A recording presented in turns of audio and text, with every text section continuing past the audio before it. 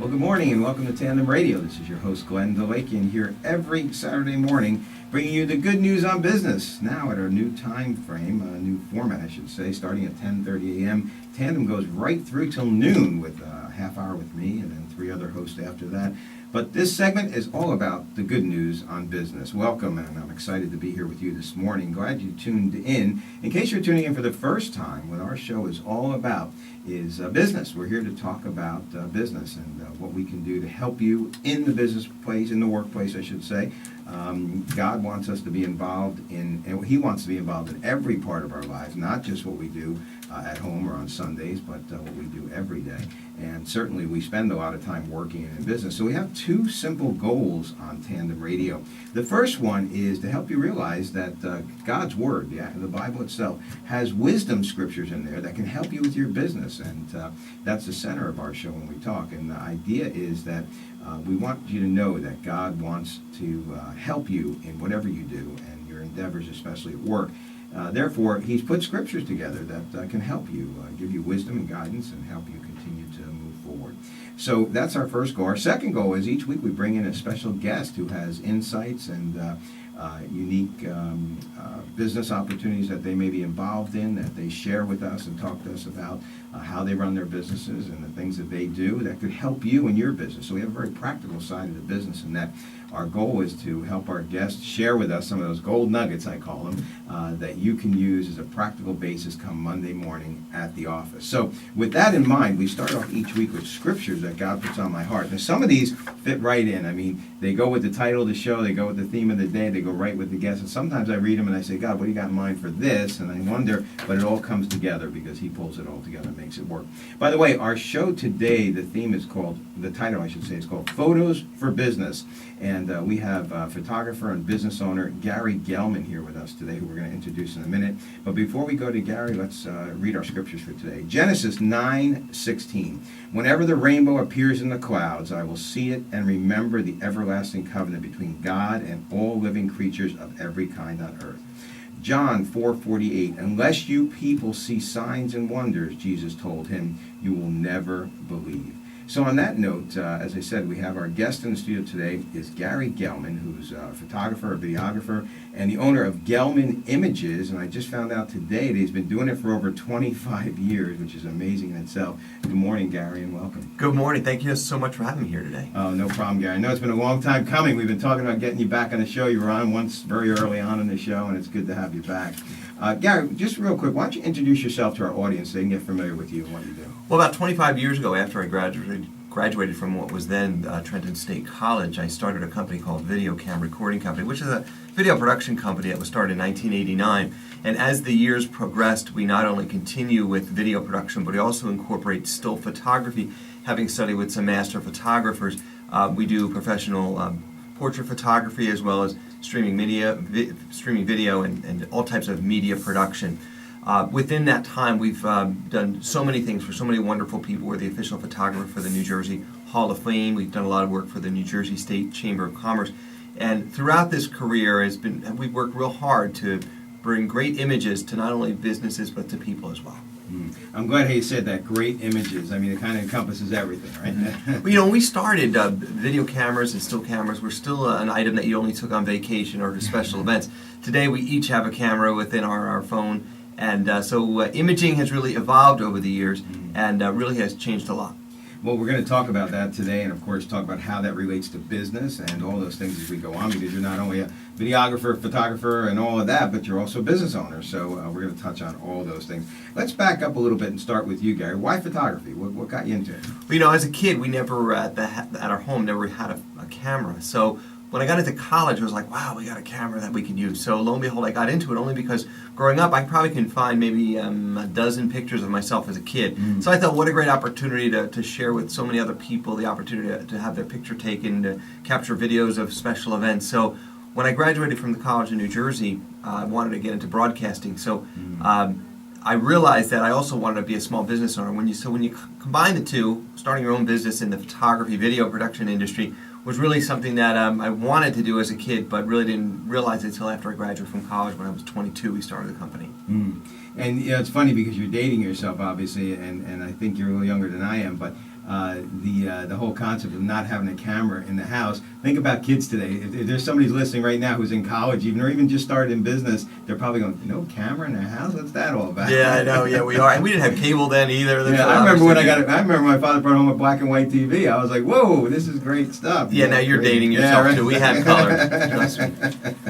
Oh, amazing how technology, and in such a short time when you really think about it, what's changed, right? Yeah, It's even amazing. even the it's interesting. You know, when we started, we were using videotape that was about 8 inches wide, a tape, and now we have drives that are just so small you can barely see them. So Right. yeah, things have changed. Yeah, it's funny. I remember a couple years ago when those cards came out. You know, those ones that you open and they sing to you, or they have Right. a song on it. There was some show on TV, and they said that there's more computing power in one of those cards than there was in the lunar module that went to the moon. You know, Right. and it's crazy when you think about it. So. Now, also, you've done some. You've been on some shows, CBS and ABC, Fox, and some other things. Tell us a little bit about. Well, that. as the digital technology moved forward, there was a void in the media to teach people how to use digital technology. So we're talking the late 90s into 2000s. So what we do is we spent a lot of time on a lot of the network affiliates in Indiana and San Diego and Philadelphia, New York, to talk to people about digital technology, digital cameras when they were first coming out. So there was a great span of about a decade there where I'd spent a lot of time going throughout the country teaching people how to use the equipment. And it's ironic because a lot of the technology has changed so much. Even the information taught then is so much different to even now. So getting that exposure throughout the national affiliates has been a great thing. And what is it that you like to either photograph or video the most personally? I mean, what gets you excited? I think images of people and biographies are always interesting. Also, the ability to market companies, being a small business owner, the ability to use images to market a company is always paramount, because without business, without the ability to market a product, that's what our company was. That's not only what our company was built on, but also our country was built on. Free market enterprise. So the ability to help a company make money is a wonderful thing. And when it comes to that, there's obviously a difference in photography versus videography or video. How do you see those differences in business? When do you use one and not the other, or whatever? Well, you know, the technology has really converged over the years. So in the past, it was two separate entities. Now it's becoming so close that you can use a video camera to take stills and vice versa. I think what's important is the ability to tell a story, and sometimes still photos don't always tell the full story. It can tell a story, but not the full story. So to utilize testimonials and other ways in a video production is so much more advantageous, because you have the variability of having a third person recommend. So that's where video comes in, and that's an integral part of it. Now, when we're talking about individual portraits of people, the big thing in our industry that has changed the most is when a professional needed a photograph for a publication or something like that, they'd go to a professional photographer.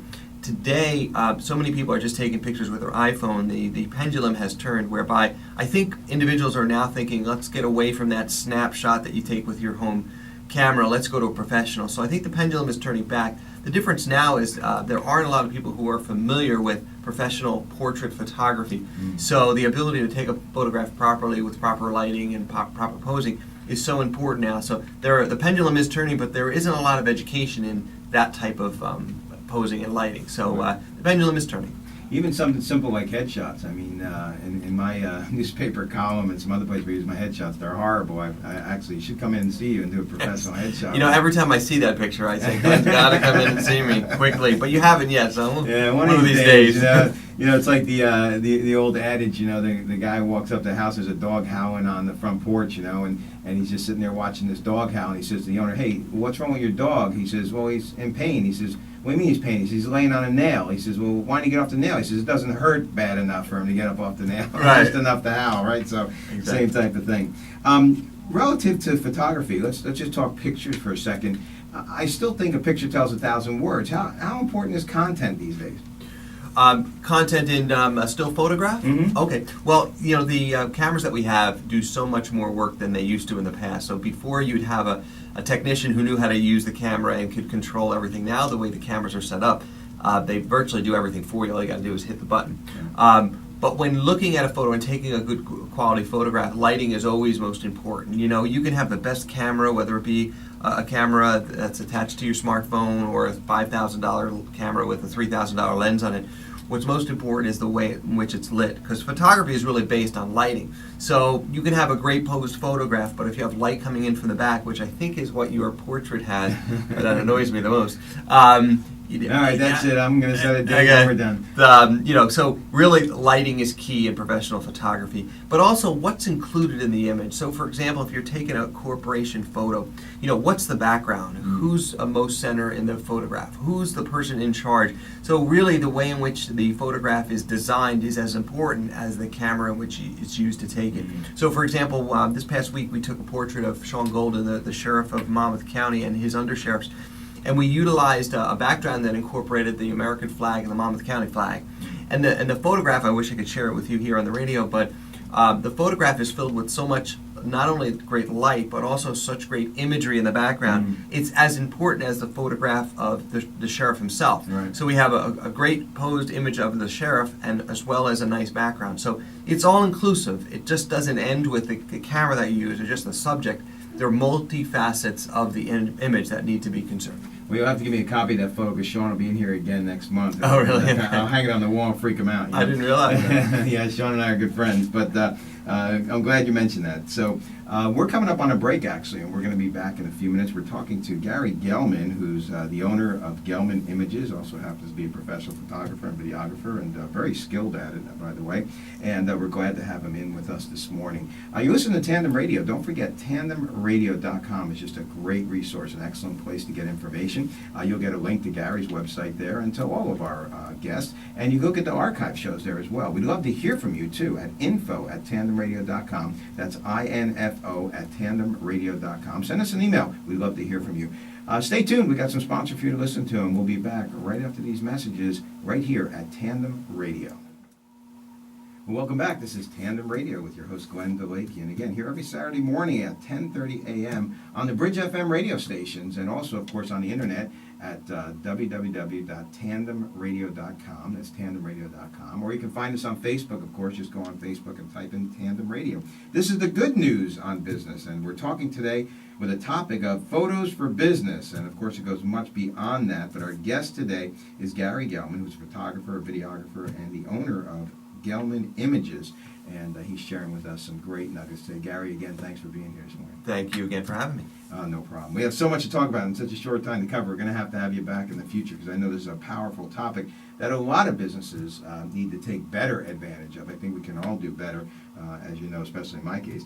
But we were talking about photography, and of course, pictures, to me anyway, you even on things like LinkedIn, when I'm checking out somebody who I'm going to go visit with or something, if they have some type of weird photo on there, or when I'm interviewing employees, if I go on Facebook and they got some kind of weird photos on there, I may think twice about that person. So I know still pictures have a huge impact, and then I think people underestimate that in many cases. But let's talk a little bit about video. Obviously, that's the big thing today, right? So tell us more about how video and business are coming together. It's interesting. When the internet first came out, I'm proud to say I was around before then, but we all thought, because we were a production company, that, okay, so now the internet is going to allow us to put video out for the world to see, so this small little group of production companies here on the East Coast will be able to create all this money because we're able to sell productions to all these companies. What we didn't realize is that when the internet came out with video, YouTube, and other places,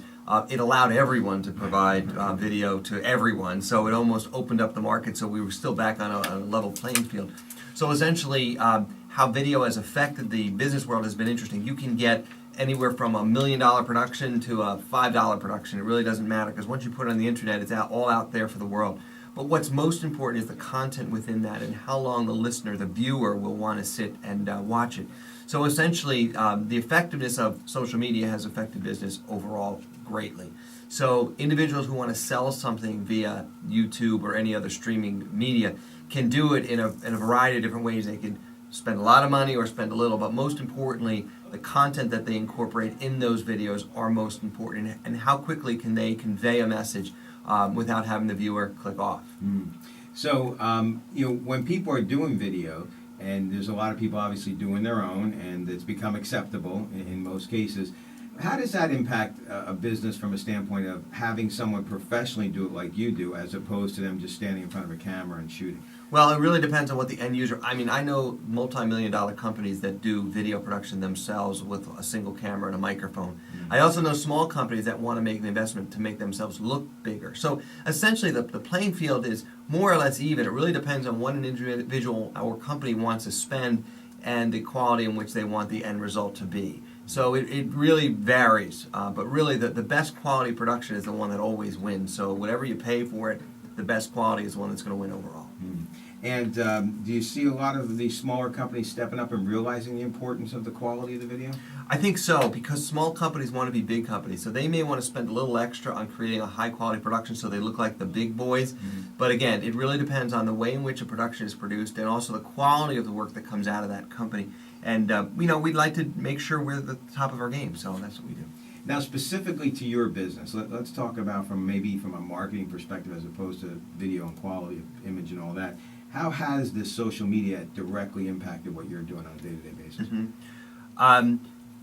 Before I got on Facebook or even LinkedIn, I was told that this is going to change your business. This is going to revolutionize business, not only in America but throughout the world.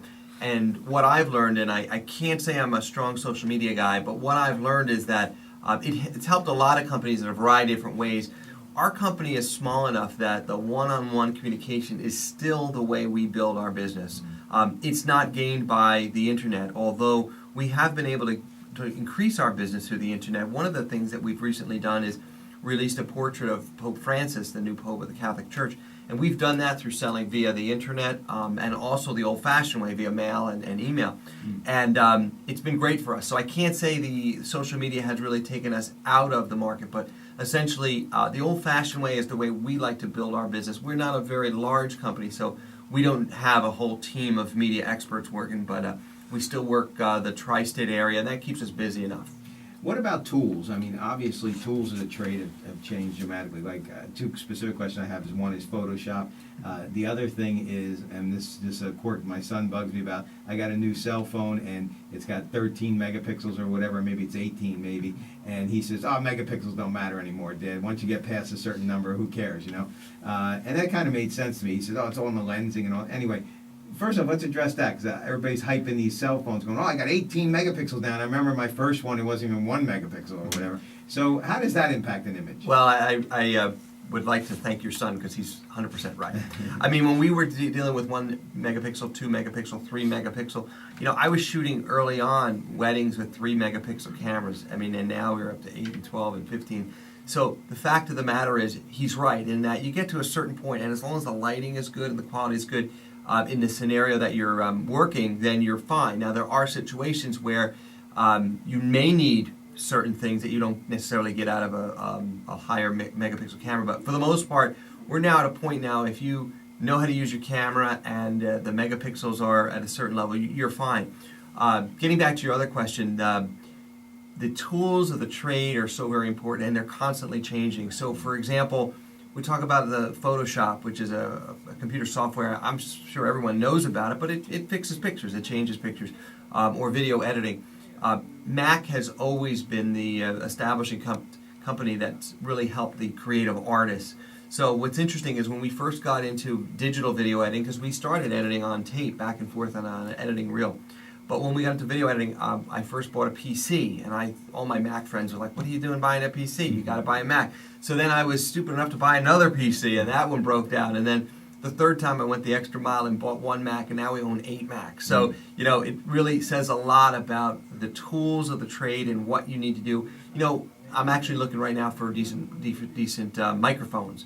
So essentially, you can buy a decent microphone at a certain price, or you can spend 3 times that and get a really good microphone. But the fact is that the decent microphone isn't going to work in all scenarios. It may work in many, but when you need it the most, you're going to want to spend more. And that's really the way the technology works. You buy good, you have it good for a while, and then you upgrade. So tools are always important in an area that's always changing and evolving. What can you really do with Photoshop? I mean, does it look photoshopped, or can you really brush up a photo so no one could really tell? Well, it really depends. I mean, the quality of the person who's using the software. See, the tool isn't always as good as the person who's using it. So like I have a smartphone with a dumb operator. Yeah, there you go. And I don't. A lot of these because I'm the owner of the company, I do a majority of the production, but I don't do a lot of the post-production. So, for example, I have a graphic designer who does all my design work. Phenomenal work. She could take anything and make it anything else. She can make you look like Brad Pitt if you want us to do that. We can put that up on the There you website. go. Right. But essentially, it really depends on, just like anything, a hammer or a wrench.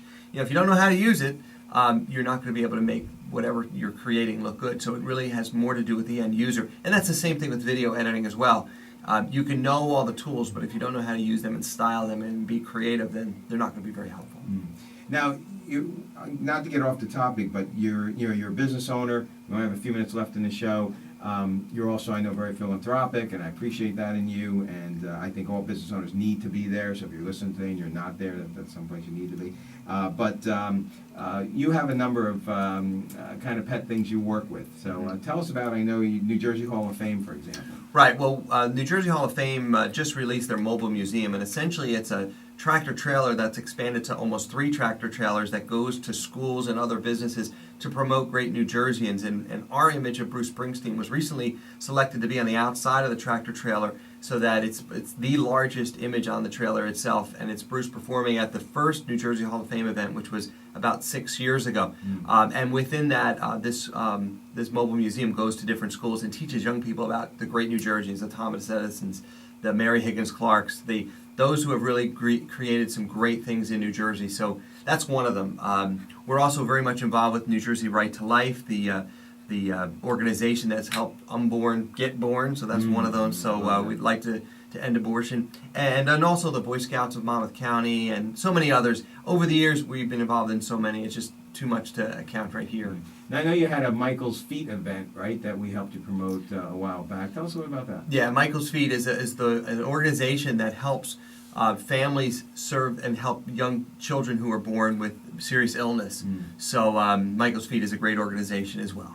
So it's obviously, we know how important it is to be philanthropic, and whatever you're doing in your business, if you're not at least dedicating some of your time to help others, you're really missing it. And even if you go back to books like classics, like How to Win Friends and Influence People, the book in there, the first chapter talks about, if you really want to achieve things in your life, first go out and help other people achieve them, and then naturally things will come back to you. So it's a great philosophy. I give you a lot of kudos for taking time out, because I know as business owners, we can get so caught up in the day-to-day and forget about everything else that it's easy not to do those things. So glad you're involved. Zig Ziglar was one of my great influences of many years ago. He's a business trainer. Are you familiar with Zig? Yeah, absolutely. And his recent passing was sad to us, but he was one of the guys that I listened to via audio cassette tape at the time and CD, who talked about really serving mankind and being good to people, and also building your business and serving your family as well. So nice combination. I heard CDs are going away, huh?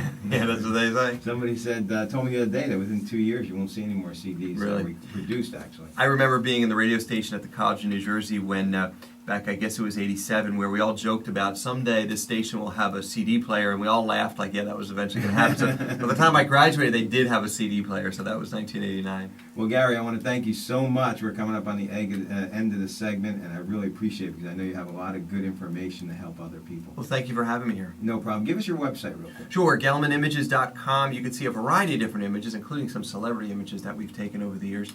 And you can always reach out to us at 732-431-8273. Spell out Gellman. Gellman Images, IMAGES.com. There you go. So there'll also be a link to that at tandemradio.com, our website. Thanks again, Gary, for being here. You're listening to Tandem Radio. This is your host, Glenn DeLake. And again, here every Saturday morning. You're going to want to stay tuned, because we got 3 segments coming up between Dr. James Prudian, and we also have Frank Congelos from CNA, and we also have Steve Boreas coming up right after this segment, so you want to stay close. If you're in business, if you want to be in business, if you're just enthused about your workplace or need to be enthused about your workplace, this is the place to be every Saturday morning from 10:30 a.m. to noon, Tandem Radio. And again, I'm your host, Glenn DeLake. Just excited to join you and have you tune in and listen to what we have to talk about. Don't forget, info at tandemradio.com. Info at tandemradio.com is the place you can reach us. Just send us an email. We'd love to hear from you. Maybe you have a topic you'd like us to discuss on the show, or maybe you have a business scenario you'd like us to help you with. we will certainly do our best to certainly pray for your for your business, and also send you some resource direction. So info@tandemradio.com, or of course, Facebook. Check us out on Facebook. God bless you. Have a great week, and we'll see you right back here next Saturday at 10:30 a.m.